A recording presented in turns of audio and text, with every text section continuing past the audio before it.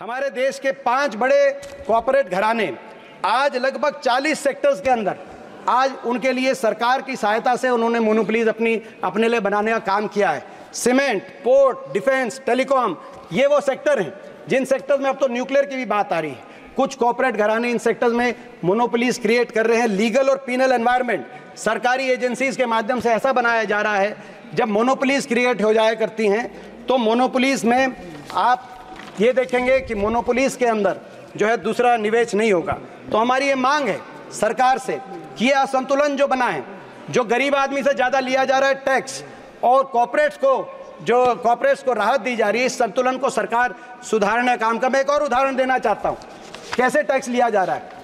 Petrol के बारे में मैं कहना चाहता हूँ। पेट्रोलियम प्रोडक्ट्स पे अगर हम 2014 की बात करें तो पेट्रोलियम प्रोडक्ट्स में हमारी सरकार ने 1,72,000 करोड़ का एक्साइज ड्यूटी से हमारी सरकार ने एक्साइज ड्यूटी से टैक्स लेने का काम किया था यूपीए की सरकार के आखिरी वर्ष में, मगर 1,42,000 करोड़ वापस सब्सिडी में देने का काम किया था। मात्र कमाई पेट्रोलियम प्रोडक्ट से उस समय सरकार में 30,000 करोड़ थी। आपकी सरकार में इस वर्ष पेट्रोलियम प्रोडक्ट से कमाई है 4,32,000 करोड़ और सब्सिडी मात्र 11,000 करोड़। केवल पेट्रोलियम प्रोडक्ट से आपने 4,20,000 करोड़ देश की आम जनता से आप कमाई करने का काम कर रहे हैं। जहां हमारी सरकार एक वर्ष में 30,000 करोड़ करती थी, आप 4,20,000 करोड़ कर रहे हैं पेट्रोलियम प्रोडक्ट से। पेट्रोल पे एक्साइज हमारे समय ड्यूटी जहां 9 रुपये थी आपकी 20 रुपये, डीजल पे 3 रुपये थी आपकी 15 रुपये।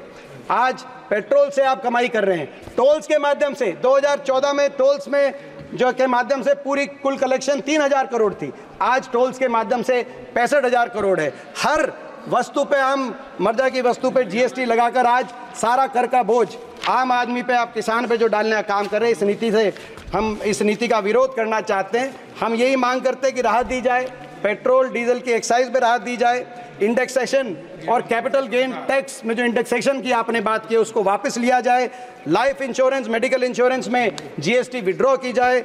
हम ये सारी मांगे सरकार से टैक्सेशन प्रोजेक्ट प्रपोजल में रखना चाहते हैं। इसके साथ साथ जहाँ तक मैं एक बात हरियाणा के विषय में एक बात मैं महत्वपूर्ण आपके माध्यम से रखना चाहता हूँ। अगर इस बजट में और इस फाइनेंस प्रपोजल में माननीय खट्टर साहब भी बैठे जो हरियाणा के पूर्व मुख्यमंत्री हैं, सबसे ज़्यादा अगर सौतेला व्यवहार किसी एक प्रदेश के साथ किया गया है तो वो हरियाणा प्रदेश के साथ किया गया। और मैं बताता हूँ कैसे। जैसा कि अभी बताया जा रहा था कि हर प्रदेश केंद्रीय टैक्स कलेक्शन में हर प्रदेश अपनी तरफ से कोई भागीदारी करता है। कितना केंद्र एक प्रदेश में से लेती है और कितना उस प्रदेश को वापस देती है। हरियाणा से जीएसटी में हम देखें, जीएसटी टोटल क्या कलेक्शन में 7% देश की जीएसटी हरियाणा से आ रही है, 7.10%। और हरियाणा को वापस कितना मिल रहा है? जो केंद्र की तरफ से प्रदेशों में दी जाने वाली राशि वापस कितनी मिल रही है? मात्र 1.009%, यानी कि 1% के करीब। यानी कि दूसरे शब्दों में कहा जाए, हरियाणा से 7 रुपया केंद्र सरकार ले रही है और केवल 1 रुपये वापस दे रही है। और अगर प्रतिशत में बात करें तो 15%, 100 रुपये केंद्र सरकार हरियाणा से ले रही है और 15 रुपये वापस दे रही है। ये पूरे देश में सबसे कम अगर किसी एक प्रदेश को दिया जा रहा है, हरियाणा को दिया जा रहा है। प्रोड्यूसिंग स्टेट्स में थोड़ा कम है, ये हम मानते हैं, मगर दूसरे नंबर पे महाराष्ट्र है जिसमें कम दिया जा रहा है। महाराष्ट्र में 29%, यानी कि 100 रुपये ले रहे हैं तो महाराष्ट्र को 29 रुपये दे रहे हैं। कर्नाटक में 100 रुपये ले रही है केंद्र सरकार तो 39 रुपये दे रही है, 40 के लगभग। तो पूरे देश में 29 प्रदेशों में आज हरियाणा एक प्रदेश है जहां सबसे कम 15% ही केंद्र सरकार वापस दे रही है।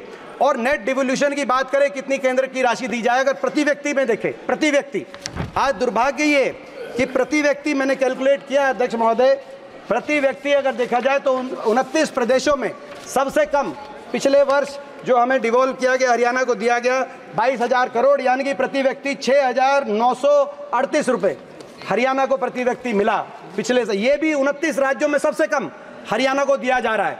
आप बाकी राज्यों को देखें, गोवा में 40,000, आप अरुणाचल प्रदेश में प्रति व्यक्ति 1,40,000, आप तेलंगाना में प्रति व्यक्ति 25,000 केंद्र सरकार की तरफ से ये राशि दी जा रही है डिवोल्यूशन, मगर हरियाणा में मात्र 6,000 प्रति व्यक्ति प्रति वर्ष। ये पिछले 5 साल से यानी कि 15th फाइनेंस कमीशन में 1% डिवोल्यूशन का जो फॉर्मूला हरियाणा के लिए निर्धारित किया गया था, खट्टर साहब यहाँ बैठे, उनने आज तक इस बारे में कुछ नहीं कहा। उस समय नीचे भी भाजपा की सरकार थी, ऊपर भी भाजपा की, सबसे कम हरियाणा को दिया जा रहा है। और ये जो सबसे कम दिया जा रहा है, सबसे कम ये दिया जा रहा है, सबसे कम। आप पूरा सुन लीजिए, उसके बाद खट्टर साहब आप जवाब दीजिए। सबसे कम जो दिया जा रहा है हरियाणा को, मैं आपसे पूछना चाहता हूं, लेकर के कहा जा रहा है, इसलिए मैं बताना चाहूंगा पहली बात तो है कि बजट के आर्थिक आंकड़ों के ऊपर मैं अधिकृत तो नहीं हूं बोलने के लिए, लेकिन मैं इतनी बता सकता हूं कि जितना लाभ हरियाणा को हुआ है दिल्ली के आसपास होने के नाते से, चाहे इंफ्रास्ट्रक्चर का हो, चाहे बाकी चीजों का हो, केवल ये एक राजनीतिक स्टेटमेंट देने के लिए उठाने का इनका काम है कि मैं यहाँ बैठा हूँ इसलिए मैं बोल रहा हूँ। ये राजनीति कम से कम यहाँ करने की आवश्यकता नहीं है बिल्कुल भी। यहाँ हम लोगों ने दिल्ली अलवर की लाइन हरियाणा से होकर निकलती है, दिल्ली पानीपत RRTS यहाँ से होकर निकलती है, दिल्ली कटरा रोड जो है पूरा हरियाणा भी से अंदर से होकर निकलता है। ये सारे प्रोजेक्ट हरियाणा के, ऐसा क्या हो सकता है? प्रश्न पूछना चाहते हैं आज ये हम प्रश्न पूछना चाहते हैं, हरियाणा जिसकी आबादी देश में, हरियाणा का क्या कसूर है? हमारी आबादी देश में 2.1% है, क्या हमारा ये कसूर है? देश का क्षेत्रफल हरियाणा का 1.34% है, हमारे 4% देश की GDP आज हरियाणा, क्या हमारा ये कसूर है? देश के GST कलेक्शन में 7% हरियाणा का योगदान है, क्या हमारा ये कसूर है? देश के फूड ग्रेन्स में, खाद्यान्न अन्न भंडारण में 33% हरियाणा किसान दे रहा है, क्या ये कसूर है? क्या देश की आर्म फोर्सेस में 11% हरियाणा से आर्म फोर्सेस का ह्यूमन रिसोर्स आ रहा है, क्या ये कसूर है? क्या देश के मेडल 50% देश के मेडल हरियाणा से आ रहे हैं, क्या ये कसूर है? और इसके बाद हरियाणा में 29 प्रदेशों में सबसे कम हरियाणा को मात्र 1% केंद्र से मिलने वाली राशि मिल रही है। और आपने देखा बजट में, हमें मुझे इस बात का दुख नहीं है कि बजट में हरियाणा का नाम तक नहीं लिया गया, इस बात का तो दुख तो है, लेकिन आपने देखा कि खेलो इंडिया का बजट आज देश के 3 मेडल आए, मैं कंक्लूड की तरफ जा रहा हूं, देश के 3 मेडल आए जिसमें से 2 हरियाणा खिलाड़ी लेके आए। खेलो इंडिया का बजट भी जो 2200 करोड़ खेलो इंडिया का बजट रखा गया, उसमें भी मात्र 60 करोड़ हरियाणा को, यानी कि 2% बजट, खेल का बजट भी हरियाणा में और गुजरात में 500 करोड़ का बजट दिया गया, 20% खेलो इंडिया का, जहां से एक खिलाड़ी मेडल। तो आज मैं समझता हूं कि अन्याय है। और पिछले 10 वर्ष में मैं कंक्लूड करते हुए मैं कहना चाहता हूं, पिछले 10 वर्ष में इन्होंने कोई एक परियोजना केंद्र सरकार की तरफ से, भाजपा सरकार की तरफ से हरियाणा को तो मिली नहीं, लेकिन यूपीए के समय भी जो हमारी मंजूरशुदा केंद्र सरकार की परियोजना थी, 1,55,000 करोड़ की वो परियोजनाएं जो यूपीए के समय मंजूर शुदा थी, चाहे हमारा एयरपोर्ट हो महम में जो जेवर चला गया 30,000 करोड़ की लागत से बनने जा रहा था, चाहे रेल कोच फैक्ट्री हो हमारे हरियाणा के अंदर जो बनारस में चली गई, चाहे 3 रेल की लाइन हो यमुनानगर चंडीगढ़, 1 इंच रेल की लाइन नहीं बिछी, चाहे हिसार फतेहाबाद दिल्ली गुड़गांव न्यू अलवर, चाहे ये रेल की लाइन हो, चाहे एम्स बाड़सा के अंदर 9 हमारे मेडिकल के प्रोजेक्ट हो, 10 साल में एक प्रोजेक्ट हरियाणा को केंद्र की सरकार ने दिया नहीं। और जो यूपीए की सरकार में मनमोहन सिंह जी ने, सोनिया गांधी जी ने जो यूपीए की सरकार में हरियाणा को देने का काम किया था, वो भी एक करके। Thank you madam.